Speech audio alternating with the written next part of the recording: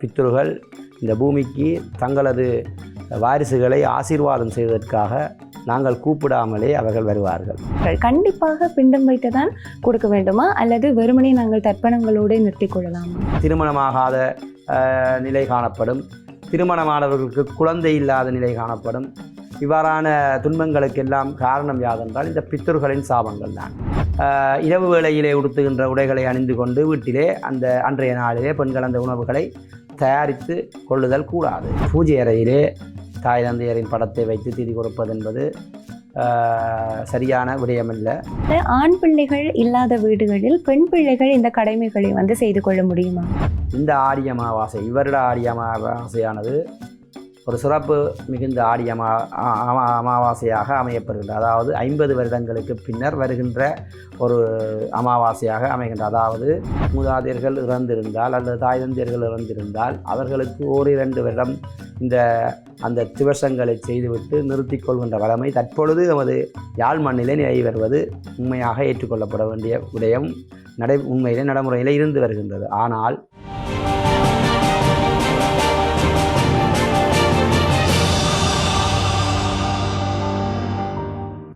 வணக்கம் உறவுகளே, இன்றைய விருந்தினர் பகுதியினூடாக மீண்டும் இணைந்திருக்கிறோம். எப்பொழுதும் இன்றைய விருந்தினர் பகுதியை பொறுத்த வரைக்கும் புதிய ஆளுமைகளோடு பேசுவது வழக்கம். அதே போல இன்றைக்கும் ஆடி அமாவாசை பற்றி உங்களுக்கு தெரியாத பல விளக்கங்களோடு இன்றைக்கு ஒரு ஆளுமையோடு பேச போகின்றோம். யார் என்று சொன்னால், நல்லூர் வீரமா காளியம்மன் ஆலயத்தினுடைய முதன்மை பிரதம குரு மற்றும் ஆலயத்தினுடைய ஆதீன கர்த்தாவாகிய கலாநிதி ஸ்ரீநிதி சிவகமல்ராஜ் குருக்கள் அவர்களோடு தான் இன்றைக்கு பேச போகிறோம். தொடர்ந்து பேசலாம். அவரையும் அழைத்துக் கொண்டு. வணக்கம் ஐயா. வணக்கம். எப்படி இருக்கிறீங்க? நல்ல சுகம். நீங்கள்? நல்லா இருக்கிறேன் ஐயா.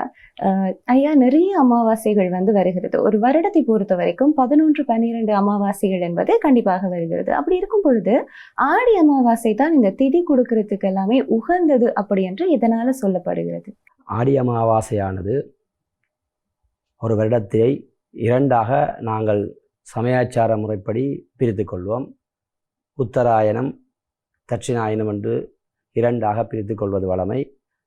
தை மாதம் முதல் ஆனி மாதம் ஈறாக உத்தராயணம் என்றும், ஆடி மாதம் முதல் மார்கழி மாதம் ஈறாக தட்சிணாயனம் என்றும் சொல்லப்படுகின்றது.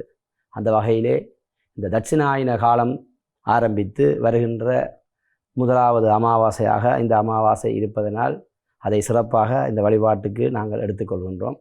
அத்தோடு இந்த ஆடி அமாவாசை தினத்திலே எமது இறந்த மூதாதையர்கள் விண்ணுலகத்திலே இருந்து இந்த மண்ணுலகத்திற்கு வருவதற்கு இறைவனால் அனுமதி அளிக்கப்பட்ட விசேட நாளாகும். அந்த நாளிலே அந்த பித்ருகள் இந்த பூமிக்கு தங்களது வாரிசுகளை ஆசீர்வாதம் செய்வதற்காக நாங்கள் கூப்பிடாமலே அவர்கள் வருவார்கள். அந்த நாளிலே அவர்கள் வருகின்ற வேளையிலே அவர்களுக்குரிய இந்த வழிபாடுகளை செய்து அவர்களை திருப்தி அடைய செய்து அவர்களது அந்த ஆசியை பெற்றுக்கொள்ள வேண்டும் என்பதற்காக இந்த ஆடி அமாவாசை நாளை அமாவாசைகளிலே சிறப்பு அமாவாசையாகவும், பிதிர் கடன்களை நிறைவேற்றுவதற்கு, அதாவது தந்தை வழி பிதிர் கடன்களை நிறைவேற்றுவதற்கு உரித்துடைய நாளாகவும் நமது சமயம் வகுத்திருக்கின்றது. அத்தோடு இந்த பிதிர்கடன்களை நிறைவேற்றுவதற்கு இன்னும் 2 அமாவாசைகளையும் இங்கே குறிப்பிட்டிருக்கின்றது. அதிலே தை அமாவாசை நான் முன்னர் குறிப்பிட்டேன். உத்தராயண காலத்திலே முதலாவது அமாவாசையாக ஆடி அமாவாசையை மன்னிக்கவும், தட்சிணாயன காலத்திலே முதலாவது அமாவாசையாக ஆடி அமாவாசை அமையப்பெறுகின்றது. அதே போன்று தை அமாவாசை உத்தராயண காலத்திலே முதலாவது அமாவாசையாக தை அமாவாசை கொள்ளப்படுகின்றது. அந்த நாளும் இந்த பிதர்களுக்கு கடமை செய்வதற்கு உரிய நாளாக வகுக்கப்பட்டிருக்கின்றது. அத்தோடு புரட்டாசி அமாவாசை, மகாலயம் என்று கூறுவார்கள். அந்த 15 தினங்கள், அந்த 15 தினங்களுமே இந்த பூமிக்கு அந்த பித்ருகள் எல்லாம் தானாக வருவார்கள். நிச்சயமாக அவ்வேளையிலே அவர்களுக்கு அந்த கடமைகளை செய்து கொண்டால் அவர்கள் அதை இலகுவாக ஏற்றுக்கொள்வார்கள்.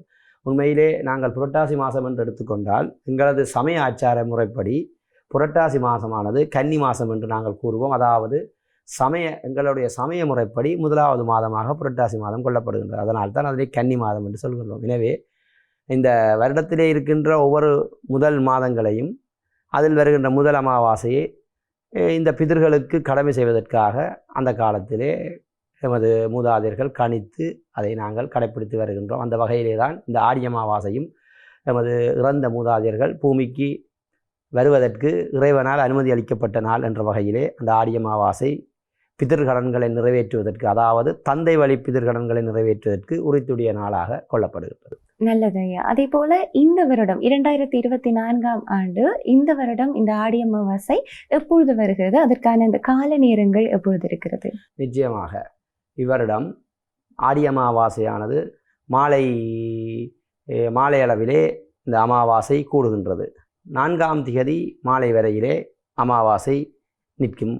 அவ்வேளையிலே 4ஆம் திகதி நாங்கள் நண்பகலிலே ஒரு திதி நிற்பதனை கணக்கிலே எடுத்து அந்த நாளிலே தான் அந்த விரதங்களை அனுஷ்டிப்போம். அந்த வகையிலே 4ஆம் திகதி நண்பகல் 12 மணிக்கு அந்த அமாவாசையானது அந்த அந்த அந்த நேரத்திலே நிற்கின்ற காரணத்தினால் உண்மையிலே இந்த வருடம் நாங்கள் 4ஆம் திகதி 8ஆம் மாதம் 2024ஆம் ஆண்டு ஞாயிற்றுக்கிழமை அன்று இந்த அமாவாசை விரதத்தை அனுஷ்டிப்பது தான் உசிதமானதும் அன்றுதான் ஆடி அமாவாசையும். ஆனால் முதல் நாள் மாலையிலே இந்த அமாவாசையானது கூடுகின்றது. இது பஞ்சாங்கத்திலே குறிப்பிடப்பட்டிருக்கின்றது. நல்லது ஐயா. அதே போல நிறைய பேர் இந்த பிண்டம் வைத்து இந்த ஆடி அமாவாசை திதி கொடுக்கக்கூடியவர்கள் இருக்கிறார்கள். அதே போல தர்ப்பணம் செய்து கொடுக்கக்கூடியவர்களும் இருக்கிறார்கள். கண்டிப்பாக பிண்டம் வைத்து தான் கொடுக்க வேண்டுமா அல்லது வெறுமனே நாங்கள் தர்ப்பணங்களோடு நிறுத்திக் கொள்ளலாமா? நிச்சயமாக நாங்கள் ஒவ்வொரு வழிபாட்டிற்கும் ஒவ்வொரு விதமாக எங்கள் வழிபாடுகளை அமைத்துக் கொள்ள முடியும். எங்களது வசதி, அதாவது எங்களது பொருளாதார வசதிக்கேற்ப எமது வழிபாடுகளை நாங்கள் செய்து கொள்வதற்கு எங்களது சடங்குகளை மூதாதையர்கள் அதற்கேற்ற வகையிலே வகுத்திருக்கின்றார்கள். உண்மையிலே அமாவாசை நாட்களிலே பிதர்களுக்கு தர்ப்பணம் வழங்கி வழிபாடாற்றுவது மிகவும் சாலச் சிறந்ததாகும். அதாவது என்னென்று சொன்னால் அது ஒரு எளிமையான வழிபாட்டு முறையாக இருக்கும். அதாவது எல்லோருமே செய்து கொள்ள முடியும். பொருளாதார ரீதியிலே நோக்கின்ற பொழுது அதற்கு அதிகளவான செலவுகளை ஏற்படுத்த மாட்டாது. பிண்டமிட்டு வழிபாடாற்றுவது என்பது நிச்சயமாக பிதர் வழிபாடுகளிலே உசிதமானது பிண்டமிட்டு வழிபாடாற்றுதல் தான். அந்த வகையிலே இந்த அமாவாசை நாட்களிலே நாங்கள் பிண்டமிட்டு வழிபாடு செய்து கொள்ள முடியும். பொருளாதாரத்திலே உயர்ந்த நிலையில் இருப்பவர்கள், இந்த எமது தந்தையரின் மூதாதையர்களுக்கு நாங்கள் சரியான முறையிலே வழிபாடுகளை ஆற்றிக்கொள்ளணும் என்ற மனநிலையில் இருப்பவர்கள் பிண்டமிட்டு அந்த வழிபாடுகளை செய்து கொள்ள முடியும். ஆனால் நிச்சயமாக பிண்டமிட்டு அது செய்யாமல் விட்டாலும் தோஷம் இல்லாமல் இருக்கும். ஆனால் நாங்கள் நிச்சயமாக தர்ப்பணம் செய்து எமது மூதாதையர்களை திருப்திப்படுத்த வேண்டியது எமது கட்டாய கடமையாகும். இந்த அமாவாசை நாட்களிலே, ஆடி அமாவாசையிலே தர்ப்பணம் செய்து கொள்வதென்பது மிகவும் முக்கியமான வழி. அதை தவிர்க்க முடியாது. அதாவது பிண்டமிடுவதை தவிர்த்து கொண்டாலும் தர்ப்பணம் செய்வதை நாங்கள் தவிர்த்து கொள்ளக்கூடாது. எனவே அந்த வகையிலே நாங்கள் நோக்குகின்ற போதிலே தர்ப்பணம் செய்து வழிபாடுகளை ஆற்றிக்கொள்வது மிகவும் சாலச் சிறந்தது ஆக அமையும். அதற்காக பிண்டமிட்டு வழிபாடு ஆற்றக்கூடாதுன்ற கருத்து அல்ல. இயலுமானவர்கள் பிண்டமிட்டும் வழிபாடுகளை செய்து கொள்ள முடியும். நிச்சயமாக. அதே போல சில பேர் குறிப்பிட்ட ஒரு வருடம் வரைக்கும் இந்த ஆடி அமாவாசையில திதி கொடுப்பவர்களாக இருப்பார்கள். ஆனால் அதற்கு பிற்பாடு அந்த திதி கொடுப்பதை நிறுத்தி கொள்ளக்கூடியவர்கள் நிறைய பேர் இருக்கிறார்கள். இதனால் ஏற்படக்கூடிய பிரச்சனைகள் அல்லது இதுக்கு பின்னால் இருக்கக்கூடிய இந்த தெய்வீக பிரச்சனைகள் பற்றி சொல்ல முடியுமா? நிச்சயமாக. அதாவது உண்மையிலே எமது மூதாதையர்கள் இறந்திருந்தால் அல்லது தாய் தந்தையர்கள் இறந்திருந்தால் அவர்களுக்கு 1-2 வருடம் அந்த திவசங்களை செய்துவிட்டு நிறுத்தி கொள்கின்ற வளமை தற்பொழுது நமது யாழ் மண்ணிலே நிலை வருவது உண்மையாக ஏற்றுக்கொள்ளப்பட வேண்டிய விடயம் உண்மையிலே நடைமுறையில் இருந்து வருகின்றது. ஆனால் அது மிக மிக தவறான ஒரு விடயமாகும். அவ்வாறான ஒரு நியமம் எங்கேயும் வகுக்கப்படவில்லை. உண்மையிலே எமது தாய் தந்தையர்கள் இறந்தார்களாக இருந்தால் நான் எத்துணை காலம் வாழுகின்றேனோ அத்துணை காலமும் அந்த இறந்த நாளிலே அந்த தாய் தந்தையர்களுடைய கடமைகளை நாங்கள் கட்டாயமாக செய்து கொள்ள வேண்டும். ஏனென்று சொன்னால் அவ்வாறு நாங்கள் உண்மையிலே நாங்கள் எல்லாம் நினைக்கின்றோம் அந்த துவச நாளிலே அரிசி மரக்கறியை ஐயாவுக்கு கொடுக்கின்றோம் என்று நாங்கள் நினைக்கின்றோம். உண்மையிலே அந்த அரிசி மரக்கறி அவர்கள் தாய் தந்தையர்களின் ஞாபகமாக அவர்களுடைய தாய் தந்தையர்களுக்குத்தான் அதை வழங்குகின்றார்களே ஒழிய அதை ஐயா அவர்களது ரூபத்திலே இருந்து பெற்றுக்கொள்கின்றார்கள் ஒழிய அது ஐயாவுக்கு அங்கே வழங்குவது என்பது அது பேச்சு வழக்கிலே அமையப்பெற்ற சொல்லாக இருக்குமே ஒழிய உண்மையிலே நாங்கள் திவசம் கொடுப்பது எமது தாய் தந்தையருக்குத்தான். எனவே அந்த திவசத்தை கொடுக்காத விடத்து அங்கே அந்த பித்ருகள் துன்பத்தை அனுபவிக்கக்கூடிய சூழ்நிலைகள் நிறைய உருவாகும். அவ்வாறான வேளையிலே அந்த பித்ருகள் என்ன செய்யும் என்று சொன்னால் உண்மையிலே யாராக இருந்தாலும் ஒரு துன்பம் கூடிய அளவு துன்பம் வருகின்ற வேளையிலே யாரால் அந்த துன்பம் விளைகின்றது என்கின்றதை உணர்ந்து அவர்களை அந்த பித்ருகள் சபித்துவிடும். அவ்வாறு சபித்து விடுகின்ற வேளையிலே அங்கே பித்ருகளின் சாபம் நமக்கு வந்துவிட்டால் எம்பெருமான் சிவபெருமான் முன்னால் இறங்கி வந்து வரம் தந்தாலும் அந்த வரத்தை நாங்கள் பெற்றுக்கொள்ள முடியுமே ஒழிய அந்த வரத்தை அனுபவிப்பதற்கு தகுதியுடையவர்களாக இருக்க மாட்டோம். காரணம் எதென்றால் பித்ருகளின் சாபம்.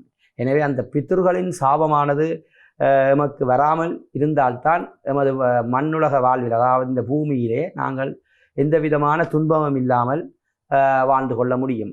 உண்மையிலே எத்தனையோ இல்லங்களிலே, எத்தனையோ வீட்டுகளிலே திருமணமாகாத நிலை காணப்படும், திருமணமானவர்களுக்கு குழந்தை இல்லாத நிலை காணப்படும். இவ்வாறான துன்பங்களுக்கெல்லாம் காரணம் யாதென்றால் இந்த பித்ருகளின் சாபங்கள் தான்.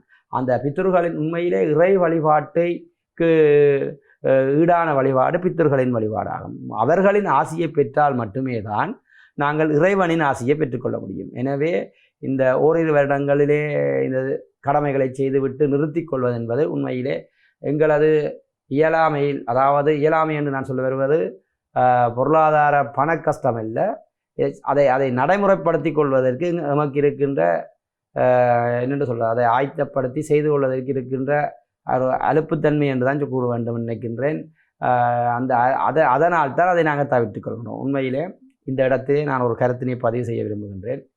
இவ்வாறான இந்த பித்ருகளின் சாபத்தினால்தான் நாங்கள் எங்கள் எல்லோருமே அறிந்தது, ஒரு குறிப்பிட்ட சில வருடங்களுக்கு முன்னர் சர்வலோகத்திலேயும் கொரோனா என்கின்ற கொடிய நோய் ஆட்டி எத்தனையோ பேரை அந்த நோய் காவு கொண்டது. உண்மையிலே அந்த வேளையிலே, அதை ஆராய்கின்ற வேளையிலே அந்த பித்ருகளின் சாபம்தான் இவ்வாறான கொடிய நோயை பரப்புகின்றது என்கின்ற ஒரு உண்மையை கண்டு உணரக்கூடியதாக இருந்தது. அந்த வேளையிலே எமக்கு இறைவன் திருவருட்குறிப்பால் உணர்த்தப்பட்டு இல்லங்களிலே இந்த பித்ருகளின் கடமைகளை செய்து கொள்ள முடியாமல் இருக்கின்றவர்கள் அந்த காலத்திலே இறைவனின் திருவருளால் அமையப்பெற்ற சிவன் ஆலயம், சிவகாயத்ரி ஆலயம், நல்லூர் வீராளியம்மன் ஆலயத்துக்கு அருகிலே அமையப்பட்டிருக்கின்றது. அந்த ஆலயத்தை நாடி வந்து அந்த இல்லத்திலே செய்து கொள்ள, அதாவது ஒரு ஒழுங்கமைத்து செய்து கொள்வதற்கு கஷ்டமானவர்கள் இந்த ஆலயத்திலே நாடி வந்து அங்கே அவர்கள் மாதாபிதாக்களுக்கு பிண்டமிட்டு தர்ப்பணம் செய்து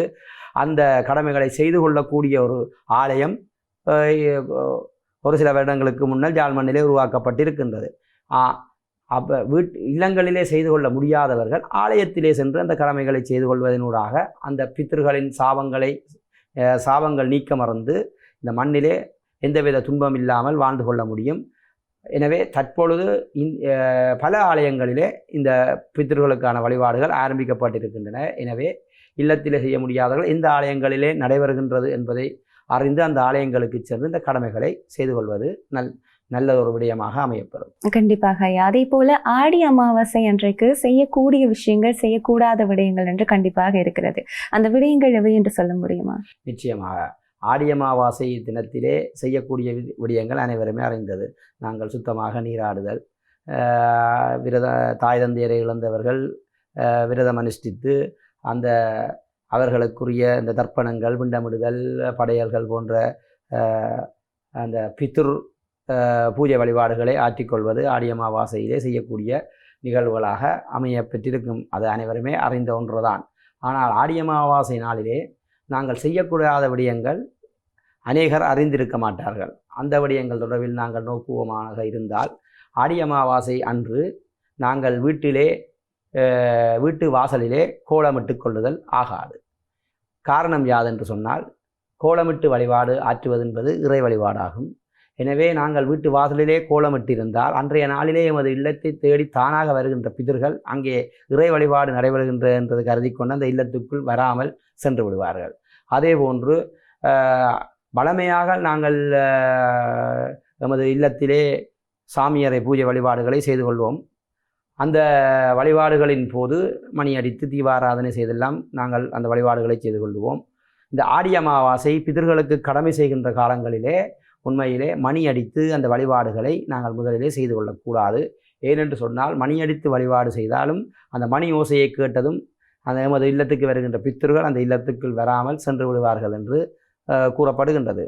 அதே போன்று இந்த ஆடி அமாவாசை நாளிலே நாங்கள் ஆடி அமாவாசையில் அன்று நாங்கள் வீட்டினை சுத்தம் செய்தல், சமையலறையை சுத்தம் செய்தல், பூஜை அறையை சுத்தம் செய்தல் போன்ற நிகழ்வுகளை செய்து கொள்ளக்கூடாது. முதல் நாளே அவற்றை எல்லாம் சுத்தம் செய்து அடுத்த நாள் அந்த பூஜை வழிபாடுகளுக்காக நாங்கள் இல்லத்தை தயார் செய்து கொள்ள வேண்டுமே ஒழிய அன்றைய நாளிலே அந்த நிகழ்வுகளை நாங்கள் செய்து கொள்ளக்கூடாது. மேலும் ஆடி அமாவாசை பிதர் கடமை செய்கின்ற நாட்களிலே அதிகாலை 5 மணியிலிருந்து 6 மணிக்குள் அந்த இல்லத்திலே இருக்கின்ற அத்துணை பேரும் துயிலெழுந்து நீராடி தங்களது இந்த வழிபாடுகளை தொடங்கி விடுதல் வேண்டும். மாறாக நேற்று நள்ளிரவு தான் வேலையிலிருந்து வந்தவன் அவன் படுத்திருக்கட்டும் என்று சொல்லி பிள்ளையை படுக்க விட்டு ஏனையவர்கள் எழும்பி அந்த வேலைகளை செய்வதனால் அந்த பித்தர்களுக்கு அந்த இல்லத்திலே வருகின்ற நிலை தடைப்படும். உண்மையிலே 5 மணியிலிருந்து 6 மணிக்குள் அனைவரும் துயிலிருந்து நீராடி விடுதல் வேண்டும். அதே போன்று ஆடி அமாவாசை நாளிலே நீங்கள் உங்களது இறந்த பித்தர்களுக்கு படையலிடுவீர்கள். படையலிட்டால் அந்த படையலை அந்த வீட்டிலே இருக்கின்றவர்கள் மட்டும்தான் உண்ண வேண்டுமே ஒழிய வெளிநபர்களுக்கு அந்த படையலை எவ்வித காரணம் கொண்டும் வழங்கக்கூடாது.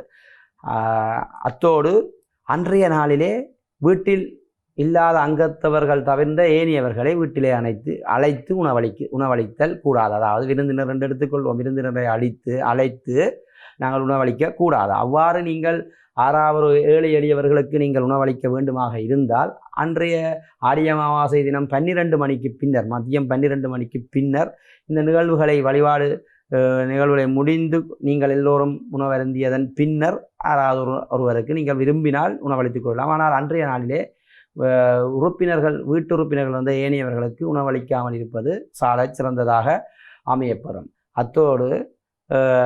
அத்தோடு நீங்கள் இந்த பித்தர்களுக்கு படையலிடுவீர்கள். அந்த படையலிடுகின்ற வேளையிலே ஒற்றை வாழை இலையிலே இந்த படையலை நீங்கள் இட்டுக்கொள்ளக்கூடாது. 2 வாழை இலை போட்டு அதிலே தான் இந்த படையலை நீங்கள் செய்து கொள்ள வேண்டும். அதாவது ஆடி அமாவாசை நாளிலே படைக்கின்ற பொழுது ஒற்றை வாழை இலையிலே நீங்கள் படைத்தல் ஆகாது. குறிப்பாக பெண்களுக்கு குறிப்பிடுவோமாக இருந்தால் பெண்கள் காலையிலே தலை முழுகாமல் சமையல் அறையிலேயோ பூஜை அறையிலேயோ எந்தவித கடமைகளையும் செய்ய முற்படக்கூடாது. அத்தோடு பெண்கள் தலைவிரிகோலமாகவும் அன்றைய நாளிலே அந்த இல்லத்திலே இருக்கக்கூடாது. மேலும் பெண்கள் தங்களது நகங்களை அன்றைய நாளிலே வெட்டி கொள்ளுதலும் கூடாத விடயமாக அதாவது சிறப்பாக ஆடி அமாவாசை நாளிலே இந்த நிகழ்வுகளை தவிர்த்து கொள்ளுதல் வேண்டும். அத்தோடு உங்களது மூதாதையர்களுக்கு உணவு தயாரிக்கின்ற வேளையிலே உண்மையிலே அவர்களின் ஆத்மா சாந்தி அடைவதற்காக அந்த உணவுகளை தயாரித்து படையல் செய்ய இருப்போம். அந்த உணவுகளை தயாரிக்கின்ற பொழுது எவ்வாறாக தயாரிக்க வேண்டுமாக இருந்தால் பெண்கள் குளித்து முழுகி பாரம்பரிய உடை அணிந்து, அதாவது புடவை அணிந்து தான் இந்த உணவுகளை தயாரித்து கொள்ளுதல்.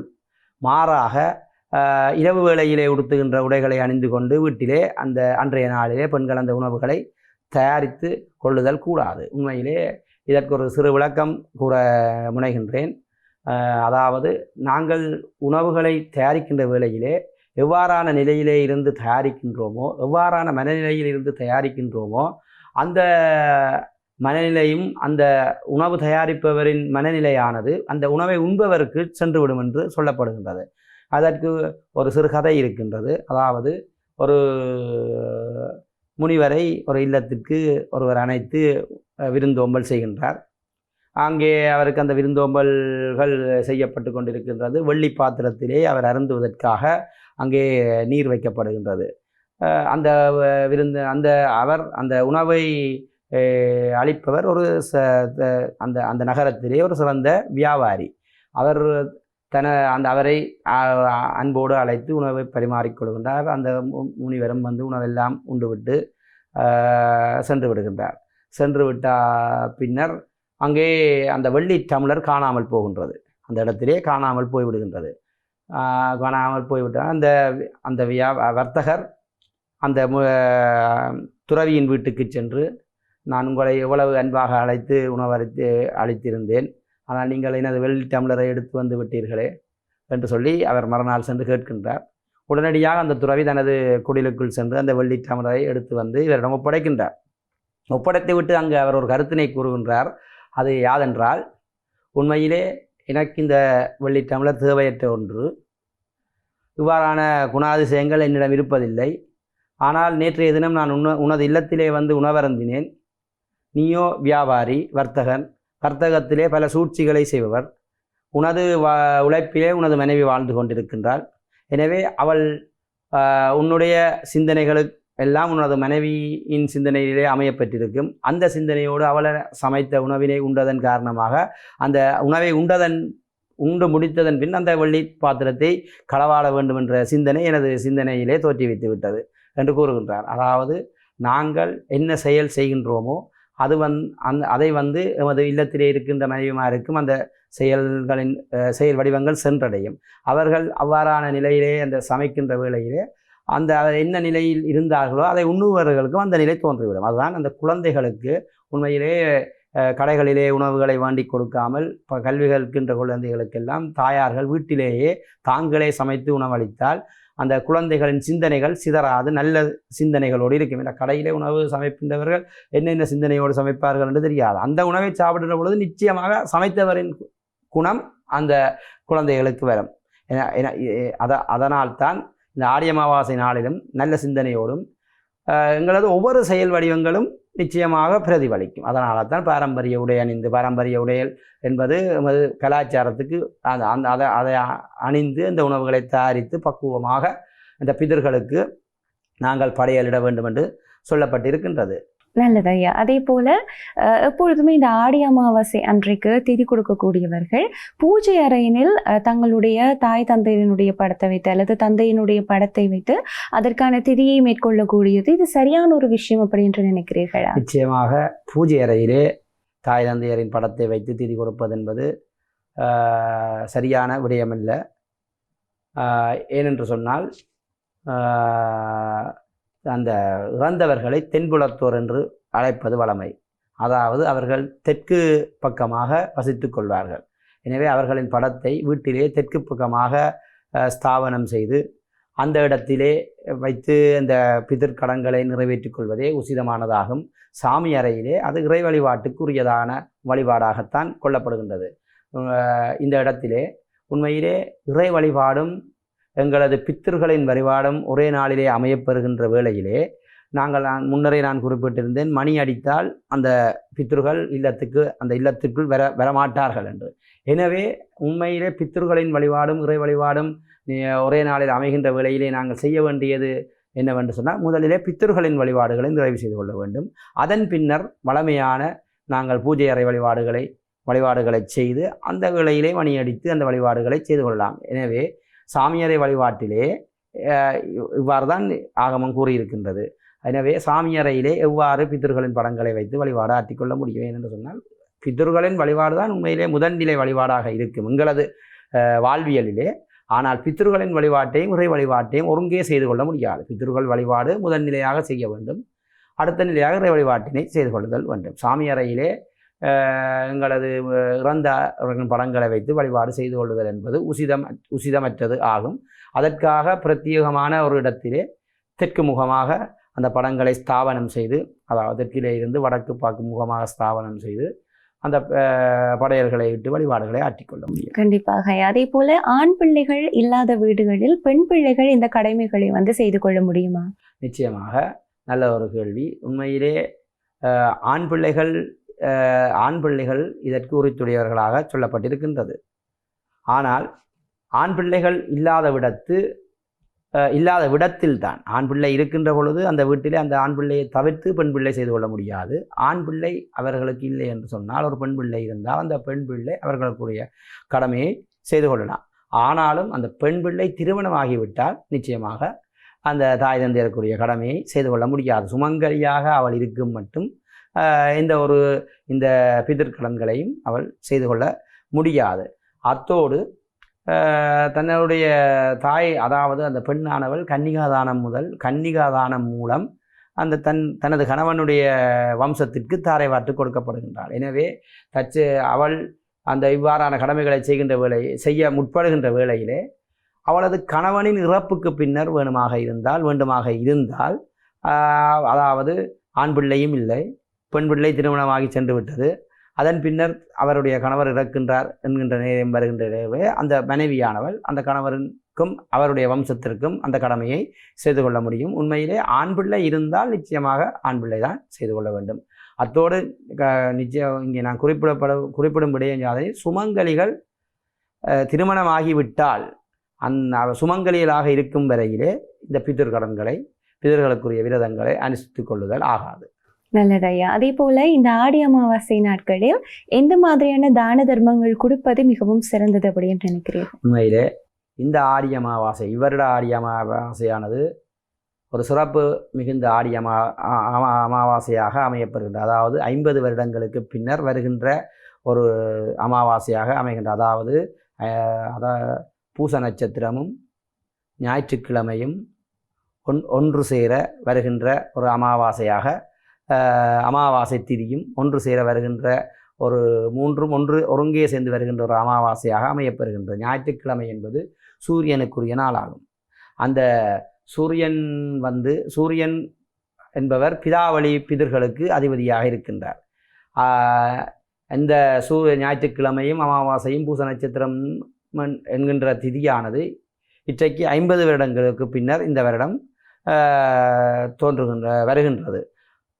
இந்த வருடத்திலே இந்த பிதர்களுக்குரிய கடமைகளை நாங்கள் செய்கின்ற வேளையிலே எவ்வாறான பலன்கள் கிட்டும் என்று சொன்னால், எமது 41 தலைமுறை பிதர்களுக்கு இந்த பலன்கள் எல்லாம் போய் கிட்டி அந்த பித்தர்கள் அங்கே சொர்க்கத்திலே இளைப்பாறுவார்கள் என்று நம்பப்படுகின்றது. எனவே இந்த வருட ஆடி அமாவாசை சிறப்புமிக்க ஆடி அமாவாசையாகும்.